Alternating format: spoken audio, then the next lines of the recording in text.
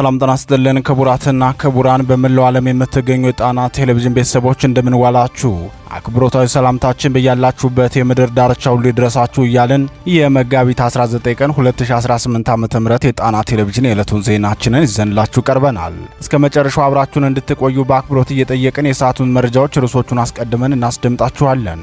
የአማራ ሕዝብ የህልውና ትግል በፋኖ ከፍተኛ ተጋድሎና ታላቅ ድል ታጅቦ ቀጥሏል። በዛሬው ዕለትም እንደተለመደው በአርማጭሆና በጋይንት ፋኖ ድል የተቀዳጀባቸውን ተጋድሎች አድርጓል። የብልጽግናው ወታደራዊ አዛዥ ፓትሮልና ኦራል በፋኖ የገቡበትን ታላቅ ተጋድሎ በቀዳሚነት ይደመጣል። ብልጽግናው በፋኖ የተነጠቃቸውን 17 ወረዳዎች ለማስመለስ 20 ሺህ ሰራዊት አሰማርቷል። ይህ 20 ሺህ ሰራዊት የተሰማራው በየት ነው? ይህን አዲስ ዘመቻ ማን ይመራዋልና ሌሎች ተያያዥ ወታደራዊ መረጃዎችን በዜናችን አሰናድተናል፣ ይደመጣል። የብልጽግናው ምክትል ሊቀመንበር በባህር ዳር ቆይታቸው ቤት ዘግተው ያደረጉት ምክክርና ለ20 ሰዎች የሰጡት ጥብቅ መመሪያ በዜናችን የሰናዳ ሪፖርታጅ ነው። ሳይክል ጋላቢውና የቀድሞ ችግኝ ጣቢያ ኃላፊው አቶ ተመስገን ጥሩነህ በባህር ዳሩ ዝግ ስብሰባ ስለ ዶክተር ደሳለኝ ጫኔ ያስተላለፉት ንግግር፣ ስለ አለቃቸው የሰጡት ያልተጠበቀ አስተያየትና ጣናነሽ ጀልባን ያስገዛዋት እኔ ነኝ ሲሉ ስለሰጡት አስተያየት ጨምሮ የዝግ ስብሰባው ሙሉ መረጃ በማካተት የተሰናዳውን ሪፖርታጅ በዜናችን ተሰሙታላችሁ። የአፍሪካ ቁጥር 1 ከበርቴ ናይጄሪያዊው አሊጎ ዳንጎቴ በሶማሌ ክልል ከባድ ፈተና ገጥሟቸዋል። ይህ ፈተና የተፈጠረው በአቶ አወሎ አብዲ የሚመራው የኦሮሚያ ክልል መንግስት ሆኖ ሳለ የብልጽግናው ሊቀመንበር ግን የችግሩን ባለቤት ለሙስጦፌ ሰጥተዋቸዋል። የሰዓቱ ዜናችን በዝርዝር የተመለከተው ልዩ መረጃችን ነው። ሰዓቱ ሲደርስ ይደመጣል። ክቡራትና ክቡራን ቤተሰቦቻችን እነዚህንና ሌሎች የተመረጡ መረጃዎችን አሰባስበን ያሰናዳነው የዕለቱ ዜናችን ከዚህ ሰዓት ጀምሮ ወደ እናንተ መቅረብ ይጀምራል። በድጋሚ እስከ መጨረሻው አብራችሁን ቆዩ እያልን በቀጥታ ወደ ዝርዝር ዘገባው እናልፋለን።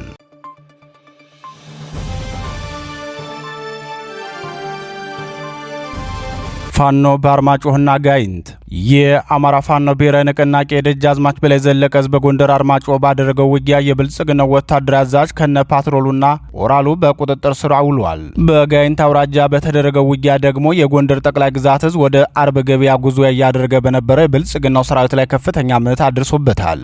የአማራ ፋኖ በሁሉም የክልሉ አካባቢዎች ከብልጽግና ሰራዊት ጋር በወታደራዊ ሜዳው ድል መቀዳጀቱን ቀጥሏል። በጎንደር ቀጠና በማዕከላዊ ጎንደር ዞን ማዕከላዊ አርማጭሆ ወረዳ ዛሬ ከሌሊቱ 9 ሰዓት ጀምሮ በቀጠለው ውጊያ በብልጽግናው ሰራዊት ላይ ከፍተኛ ሰዋዊና ቁሳዊ ጉዳት የደረሰበት ምት በፋኖ ተመቷል። የደጃዝማች በላይ ዘለቀ ደጃዝማች 4ኛ ኮር በአራት አቅጣጫ 3 ዙ 23 ታግዞ ከገባው የብልጽግናው ሰራዊት ጋር ያደረገው ውጊያ ከፍተኛ ቁጥር ያለው የብልጽግና ሰራዊት እርምጃ ሲወሰድበት ወደ ቀጠናው ጦር እየመራ የገባው የብልጽግናው ከፍተኛ ወታደራዊ አዛዥ በፋኖ ተይዟል።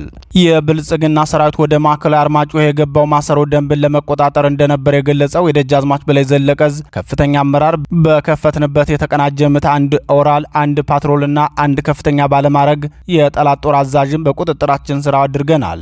ማሰሮ ደንብ ለመግባት የተንቀሳቀሰው የጠላት ሰራዊትም ከፍተኛ ምት ደርሶበት ተመልሷል ብሏል። በውጊያው በብልጽግና ሰራዊት ላይ ከፍተኛ ጉዳት መድረሱን ተከትሎ ሆስፒታሎች በቁስለኛ ወታደሮች መሞላታቸውን የዓይን እማኞች ገልጸዋል። በሌሊቱ የብልጽግና ጥምር ጦር ማለትም የባዲን አድማ ብተና፣ ሚሊሻ፣ ፖሊስና የብልጽግና መከላከያ ለግዳጅ ወደ ቀጠናው መውጣታቸውን ተከትሎ እርጎዬና አሸሬ ከሚባሉ አካባቢዎች በመነሳት ወደ ፋኖ ቀጠና ዘልቆ ለመግባት የሞከረ የብልጽግና ሰራዊት በተፈጸመበት ጥቃት በርካታ ሰራዊቱ ሞትና ቆስለኛ ሆኖበታል።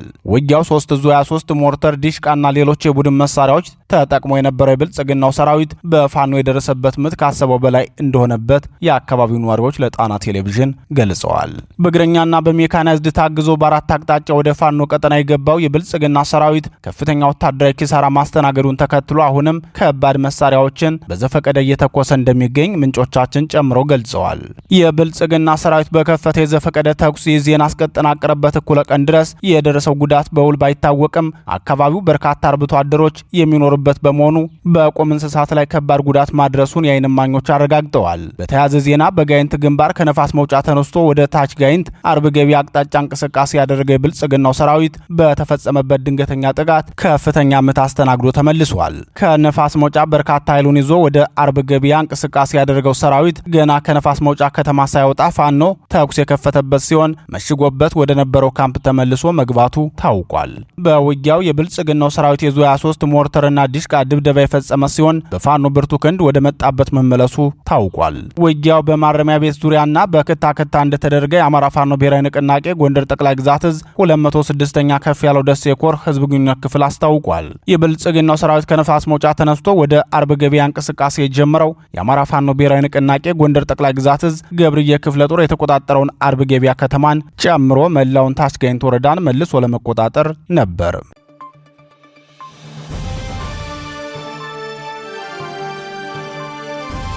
20 ሺህ ሰራዊት ጎንደር ተሰማራ። በ3 ቀን ውጊያ 17 የወረዳ ከተሞችን ለፋኖ ያስረከበው ብአዴን ብልጽግና ከ20 ሺህ በላይ ሰራዊት ይዞ ወደ ደቡባዊ ጎንደር ቀጠናን ለመግባት ዝግጅት ማጠናቀቁን የጣና ቴሌቪዥን ወታደራዊ ምንጮች ገለጹ። እንደ ምንጮቻችን ገለጻ ብልጽግና የዞኑን ዋና መቀመጫ ደብረታቦር ከተማ የሚገኘውን ሰራዊቱንና የካድሬ መዋቅሩን ከፋኖ ጥቃት በአስተማማኝ ሁኔታ ለመጠበቅና ሌሎች በፋኖ እጅ የገቡ ወረዳዎችን መልሶ ለመቆጣጠር ያስችላል የተባለለት ቅድመ ዝግጅት አጠናቋል ሲሉ ተናግረዋል። ለዚህ የሚሆን ደግሞ ከተለያዩ አማራ ክልል አካባቢዎች በተለይም ከወሎ ቤት አማራና ዋና የጦር ማከማቻና የካድሬ ማዕከል ከሆነችው ከባህር ዳር በርካታ ኃይል ተንቀሳቅሶ እንዲገባ ትዕዛዝ መውረዱ ታውቋል።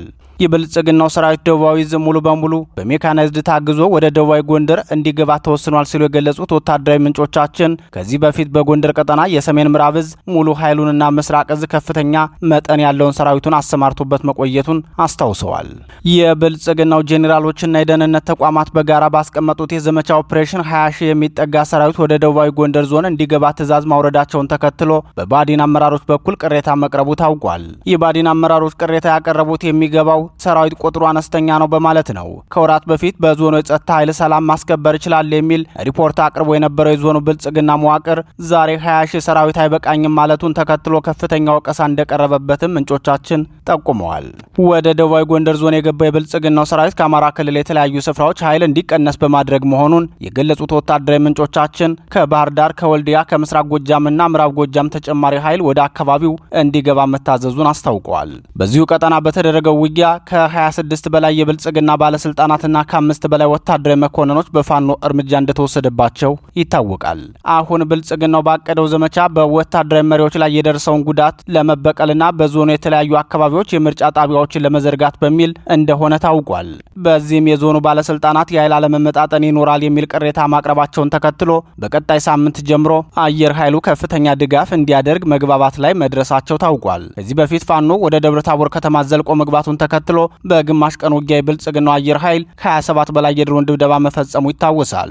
አሁን ቀጠናው ለመቆጣጠር አዲስ እቅድ ያወጣው ብልጽግናው ዘመቻውን በመጪው ሳምንት ሊጀምር ይችላል ሲሉ ወታደራዊ ምንጮቻችን ይገልጸዋል። ይህን ዘመቻ ለመምራት በቀዳሚነት የተመረጡት የቀድሞ አብዮታዊ ሰራዊትና በአሁኑ ሰዓትም የብልጽግናው ምስራቅ ዕዝ ዋና አዛዡ ጄኔራል መሐመድ ተሰማ ናቸው።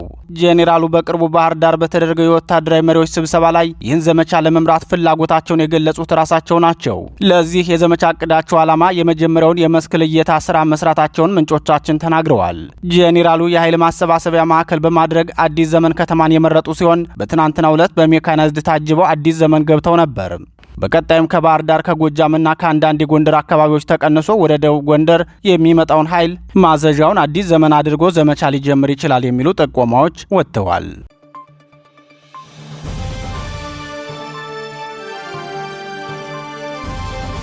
ለአማራና ለባህር ዳር እንደኔ የሰራ የለም ተመስገን። የብልጽግናው ስርዓት የፊታችን ግንቦት አካሂዷል የሚለው ምርጫ አስመልክቶ ምክትል ጠቅላይ ሚኒስትር ተመስገን ጥሩነህ በባህር ዳር የምርጫ ቅስቀሳ እያካሄዱ መሆኑ ይታወቃል። በባህር ዳር ቆይታቸው የራሳቸውን ፓርቲ ሳይቀር ያሳፈረና ያሳዘነ ንግግር ያደረጉት ምክትል ጠቅላይ ሚኒስትሩ 9 አባላት ያሉት የምርጫ ቅስቀሳ ኮሚቴ አዋቅረዋል። በባህር ዳር ከተማ ተገኝተው ለዚህ ኮሚቴ ያደረጉትን ማብራሪያ በዛሬው ዜናችን እናስደምጣችኋለን። የቀድሞው የችግኝ ጣቢያ ሰራተኛና በኋላም የኢንሳ ከፍተኛ ሹም እንዲሁም በባድሜው ጦርነት የሚልሻ ክፍል መሪው አቶ ተመስገን በአማራ ፖለቲካ ስማቸው ጎልቶ መነሳት የጀመረው ከሰኔ 15 ቀን 2011 ዓ.ም አሳዛኙ ክስተት በኋላ ነው። ያ ክስተት አቶ ተመስገንን ቀድሞ እንደሚንከባከቧቸው ችግኞች ጎልተው እንዲታዩ ያደረገ ማዳበሪያቸው ነው ሲሉ በቅርበት የሚያውቋቸው ይናገራሉ። ለብልጽግናው ሊቀመንበር ልዩ ፍቅርና ከፍተኛ ፍራቻ ያላቸው የብአዴኑ ቁጥር 1 ሰው በዚህ ምርጫ የግድ ፓርላማ መግባት አለብኝ፣ ጠቅላይ ሚኒስትር የመሆን እድል እንዳያመልጠኝ፣ ይህ ምርጫ ለኔ የሞት የሽረት ያህል ነው በማለት ተናግረዋል። የምርጫ ቅስቀሳ ኮሚቴ ያዋቀሩትም ለዚህ ፍላጎታቸው መሆኑ ታውቋል። የብልጽግናው ስርዓት አስቀድሞ ካቢኔዎችን አዋቅሮ ባጠናቀቀበትና ለይስሙላ አካሂደዋል የሚለውን የዘንድሮ ምርጫ በመከላከያና በብሔራዊ መረጃና ደህንነት አገልግሎት አስገዳጅነት ለማካሄድ ነው ያቀደው። አቶ ተመስገን ጥሩነህ የአማራ ክልል 90% አስተማማኝ ሰላም እየሰፈነበት ነው ብለው ቢናገሩም በትውልድ ቀበሌያቸውና እስካሁን በተወዳደሩባቸው የምስራቅ ጎጃም ዞን ከመወዳደር ይልቅ ከፍተኛ ወታደራዊ ጥበቃ ወደሚደረግባት ባህር ዳር ተዘዋውረው ምርጫ ያካሂዳሉ። ምንም የማያውቁ መልካም ስብዕና ያላቸው መስለው የሚታዩት ነገር ግን ቂመኛና ክፉ ሰው ናቸው እየተባሉ የሚነገርላቸው አቶ ተመስገን ጥሩነህ በባህር ዳሩ የምርጫ ቅስቀሳ ለኮሚቴያቸው ባቀረቡት ንግግር ለዶክተር ደሳለኝ ጫኔ ያላቸውን ጥላቻ ሳይደብቁ ተናግረዋል። ለዘጠኙ የምርጫ ቅስቀሳ ኮሚቴ አባላቱና ለአማራ ክልል ርዕሰ መስተዳድር ጨምሮ 10 ለማይሞሉ የክልሉ ከፍተኛ ባለስልጣናት 7 መመሪያዎችን አስተላልፈውላቸዋል። ሳይክል ገላቢው ምክትል ጠቅላይ ሚኒስትር በባህር ዳር ከተማ በሳቸው አጠራር ተጽዕኖ ፈጣሪዎች እያሉ የሚጠሯቸውን ግለሰቦች በክልሉ ርዕሰ መስተዳድር የፕሮቶኮል ሹም አቶ አንዳርግ አማካኝነት 9 ግለሰቦች ተመርጠው ስምሪት ተሰጥቷቸዋል ሲሉ የጣና ቴሌቪዥን ምንጮች ይናገራሉ። ውስጥ አዋቂው ምንጫችን ሲቀጥሉም የእነዚህ ግለሰቦች ዋና ተግባራቸው አቶ ተመስገን ጥሩነህ ለሕዝብ ተወካዮች ምክር ቤት የክልሉን ርዕሰ መስተዳድር ደግሞ ለክልል ምክር ቤት ማስመረጥ ነው።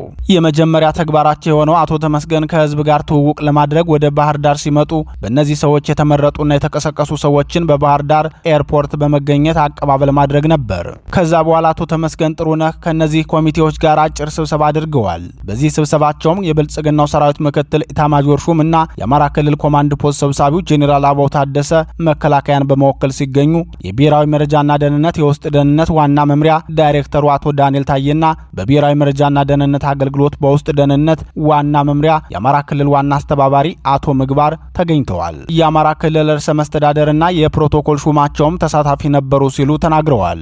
በዚህ ስብሰባ ላይ አቶ ተመስገን ጥሩነህ ያስተላለፏቸው መልእክቶችና ያወረዷቸው መመሪያዎች ብዙ ሀሳቦች የሚቀዳባቸው ናቸው ሲሉ የተናገሩት ውስጥ አዋቂው የተደረገልኝ ደማቅ አቀባበል ተናበን ከሰራን ከዚህም በላይ ውጤት ማምጣት እንደምንችል ማሳያ ነው።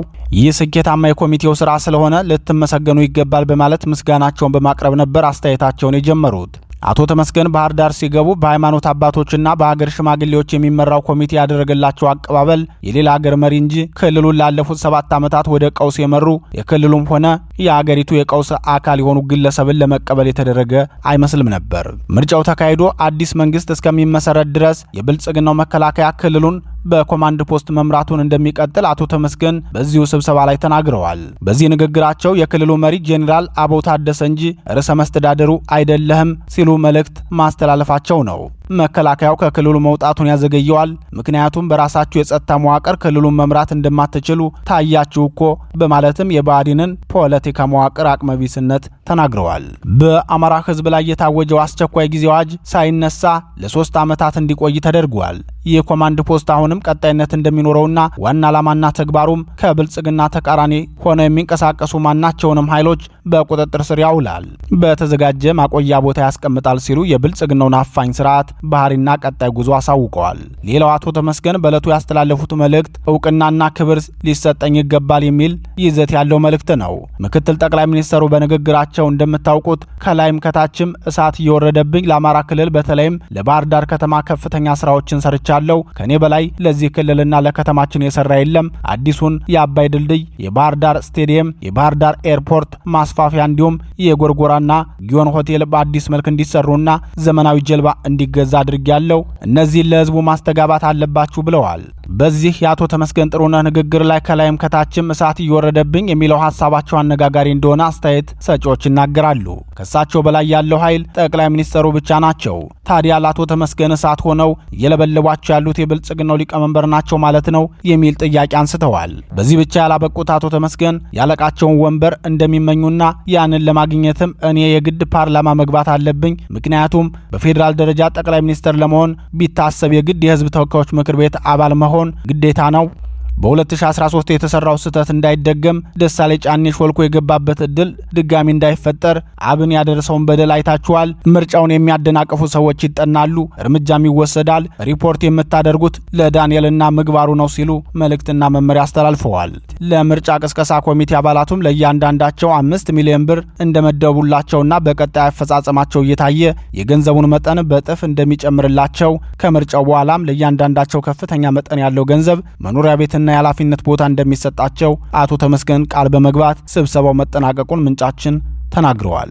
ክቡራን ቤተሰቦቻችን በዚህ አቶ ተመስገን ጥሩነህ ንግግር ዙሪያ ተጨማሪ የትንታኔ ዘገባ ይዘን እንደምንመለስ ቃል እየገባን ለዛሬው በዚሁ እንሰናበታለን።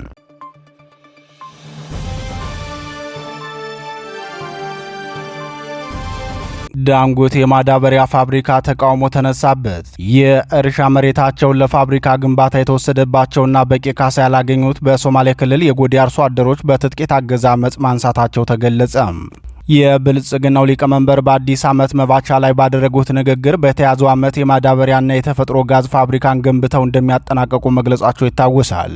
በዚህ ዕቅድ መሰረት በሶማሌ ክልል ወደ ማዳበሪያ ፋብሪካ ተከላ የገቡት የአፍሪካ ቁጥር 1 ባለሀብት አሊኮ ዳንጎቴ ጎዴ የተከሉት የማዳበሪያ ፋብሪካ እስካሁን ምንም አይነት ስራ እንዳልተጀመረበት ተገልጿል። በተለይም ከፋብሪካው ግንባታ ጋር መሬታቸው የተወሰደባቸው የአካባቢው አርሶ አደሮች ቃል በተገባለን መሰረት የመሬት ካሳ ካልተሰጠን እርሻችን አሳልፈን አንሰጥም ማለታቸውና ስራ እንዳይጀመር በትጥቅ ታግዘው እያስተጓጎሉ መሆናቸው ተሰምቷል። የብልጽግናው መንግስት በበኩሉ የአርሶ አደሮችን ጥያቄ ወደ ጎን በመተው የፋብሪካው ሰራተኞች ወደ ስፍራው እንዲያቀኑ ያደረገ ቢሆንም አርሶ አደሮቹ በጦር መሳሪያ ታግዘው የዳንጎቴ የማዳበሪያ ሰራተኞችም ማባረራቸው ተገልጿል። ፋብሪካው እንቅስቃሴ ከመጀመሩ በፊት ለአካባቢው አርሶ አደሮች ተገቢና ተመጣጣኝ የመሬት ካሳ እንደሚከፍልና ለወጣቶችም የስራ ዕድል እንደሚፈጥር ቃል ገብቶ የነበረ ቢሆንም ከሰሞኑ የጉልበት ሰራተኞችን ሳይቀር በኦሮሚያ ክልል ምክትል ርዕሰ መስተዳድር አቶ አውሎ አብዲ ተመልምለው ከኦሮሚያ ክልል ወደ ሶማሌ ክልል ማስገባቱ የጎዴ ነዋሪዎችን ከፍተኛ ቁጣ ውስጥ መክተቱ ታውቋል። አርሶ አደሮቹና የአካባቢው ነዋሪዎች አመጽ ማንሳታቸውን ተከትሎ መረጃው የደረሳቸው የብልጽግናው ሊቀመንበር የዚህ ችግር ፈጣሪ ሙስጦፋ መሐመድ ነው ሲሉ ጉዳዩን ከክልሉ ርዕሰ መስተዳድር ላይ ጥለውታል። በአቶ ሙስጦፋ መሐመድና በብልጽግናው ሊቀመንበር መካከል የቆየ የሀሳብ ልዩነትና አለመግባባት መኖሩ ይታወሳል። ቂመኛው የብልጽግና ሊቀመንበር በቅርቡ በሶማሌ ክልል አንድ ጉብኝት ሲያደርጉ የጎረቤት ሀገራት ጅቡቲና ሶማሊያ ፕሬዝደንቶች ተገኝተው ነበር። በዚህ የጎረቤት ሀገራት መሪዎች በተካተቱበት ጉብኝት ላይ ንግግር ያደረጉት የብልጽግናው ሊቀመንበር በ7 ዓመት የስልጣን ዘመኑ 2% ብቻ ነው ሙስጦፋ የሰራው ብለው መዝለፋቸው አይዘነጋም። በዚህ ብቻ ያላበቁት የብልጽግናው ሊቀመንበር ዛሬም በክልሉ ተንቀሳቅሰን እንዳንሰራ እያደረገ የሚገኘው እርሱ ነው ሲሉ መክሰሳቸው ታውቋል። የዳንጎቴ ፋብሪካ ሰራተኞች ወደ ጎዴ ያቀኑት የፋብሪካውን ተከላ የፊታችን ሰኞ ለማስጀመር ነበር። የብልጽግናው ሊቀመንበር ከመከላከያና ከደህንነት መስሪያ ቤት የተውጣጣ ግብረ ኃይል ወደ ስፍራው መላካቸው የተረጋገጠ ሲሆን ግብረ ኃይሉን እየመሩ የሄዱት ደግሞ የጽህፈት ቤታቸው ኃላፊ ወይዘሮ ዓለም ፀሐይ ጳውሎስ መሆናቸው ታውቋል። ወደ ስፍራው ካቀናው ግብረ ኃይል በተጨማሪ ድንበር አካባቢ ቀላፎ በሚባል ቦታ ላይ ሰፍሮ የሚገኘው የብልጽግናው ሰራዊት በጎዴ አርሶ አደሮች ላይ ሕግ እንዲያስከብር ትዕዛዝ መውረዱ ተሰምቷል። በፋብሪካው የሚገኙ በተለይም የውጭ ሀገር ዜጎች ከፍተኛ ስጋት ውስጥ በመግባታቸው አካባቢውን ለቀው ለመውጣት እየተዘጋጁ መሆናቸውን የጠቀሱት የጣና ቴሌቪዥን ምንጮች ለዚህ ችግር ተጠያቂው የአርሶ አደሮችን የሰብል ማሳ ያለምንም ካሳ የወሰደ የብልጽግናው ስርዓት መሆኑን አንስተዋል። ከ5 ዓመት በፊት የህንድ ዜጋ የሆነና የኤሊጎ ዳንጎቴ ሲሚንቶ ስራ አስኪያጅ በኦሮሚያ ክልል የታጠቁ ኃይሎች ታግቶ ማስለቀቂያ ወይም ራንሰም በሚሊዮን የሚቆጠር ገንዘብ እንዲከፍል ከተደረገ በኋላ መገደሉ ይታወሳል። ናይጄሪያዊው የአፍሪካ ቁጥር 1 ከበርቴ ኤሊጎ ዳንጎቴ በኢትዮጵያ በስኳር ፋብሪካ፣ በሲሚንቶ ፋብሪካና በማዳበሪያ ፋብሪካ እንዲሁም በብረታ ብረት ፋብሪካ ለመሰማራት ፍላጎት ቢኖራቸውም በአገሪቱ ያለው ስርዓት በሚያካሄደው ጦርነት የተነሳ እቅዳቸውን እየከለሱ መሆኑን ምንጮች ተናግረዋል።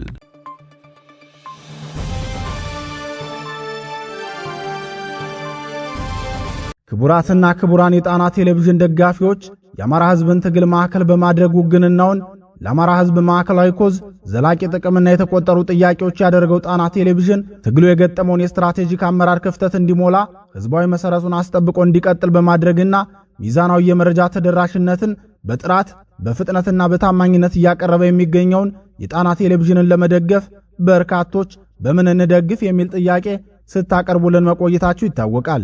በመሆኑም በዜል +1 46 9866 54 44 በካሻፕ ጣና ቲቪ 2024 በፔይፓል ጣና ቴሌቪዥን 2024@gmail.com እንዲሁም በዶኔት ቦክሱ በኩል መደገፍ የምትችሉ መሆኑን ለማሳወቅ እንወዳለን።